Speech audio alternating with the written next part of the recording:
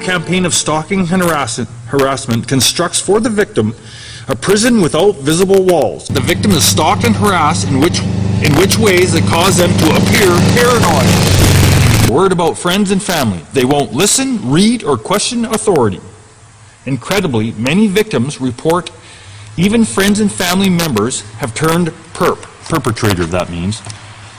Since no one has been able to get the perps to talk about their activity, it is not known how those we once thought we could trust with our very lives could be turned to do such evil.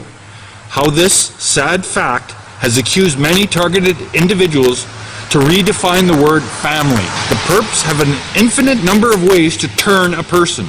Those of us who have close family ties in the past will always choose to believe threats and coercion were used on family members to get them to cooperate. Some survivors believe their family members would rather sacrifice them to the evil entity than spend the time it takes to listen to the crimes being perpetrated on them. It just takes too much time and effort to read and listen to find out the truth. Thus the victim simply becomes expendable.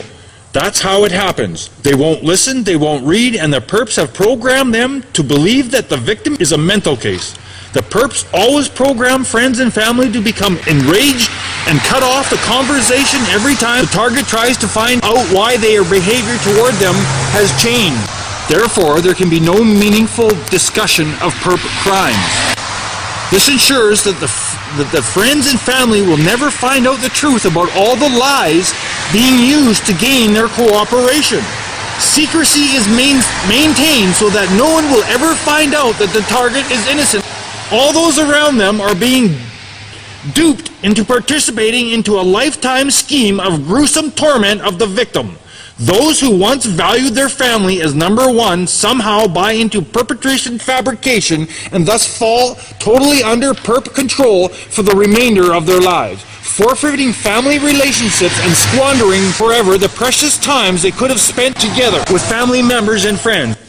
The perps will isolate you from everyone. This includes family, friends, and any new friends you meet. Again, the perps use lies, intimidation, and fake investigations to easily accomplish this. After questioning your friends and family endlessly, the perps let them know that if they mention the investigation, they can be jailed for interfering and even for an ongoing investigation and or aiding and abetting a criminal.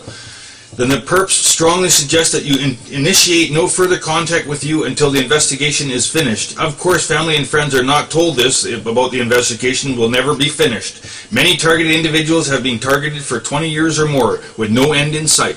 That's what they do. They open up a bogus investigation so they can continuously be there to watch you, harass you, and that's what they do. What happens is, basically, as I'm explaining, they turn everyone against you, and I have no one now. No friends, no family, no one's around me. Everyone assumes I'm a mental case, and I'm not. I'm completely sane, and I know what's going on. So please go to gangstalkingworld.com and read. Educate yourself. A gag person is whispered lies and slander by a perp, not a TI. If the gag person believes the lies, they will feel righteous in helping to administer secret vigilante justice against the TI, and they are recruited to do this quote-unquote patriotic cause by the perp. Once they have heard the slander, gag person are gagged, even though the perp has no legal authority to do so. After this, the gag person will not advise the TI of either the slander they have heard or the identity of the perp who whispered it. The gag person fear is based on the possibility that the slander may actually be true, or even worse, if it's false. They feel threatened that similar slander may be unleashed against them unless they cooperate with the vigilante justice against the TI.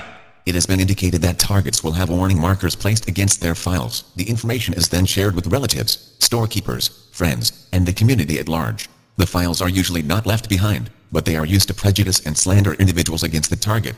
These files can be used to engender the corporation of friends and associates of the targets. The files might have a picture of the target, and information about some alleged crime, incidents, that the target has been flagged for, or is under investigation for.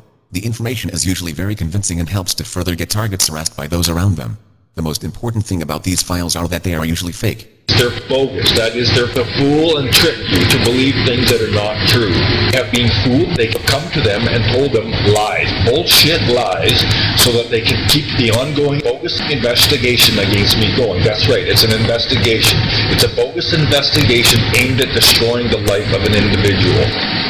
Because they've got this bogus investigation going, they can keep it open and they can use their gang stalkers, and the role is for the gang first can say, okay, we suspect this person. Oh, gee, look, it turns out this person isn't the person, okay? But we're not sure, just because we don't have the proof of it, okay? But they know, they do know.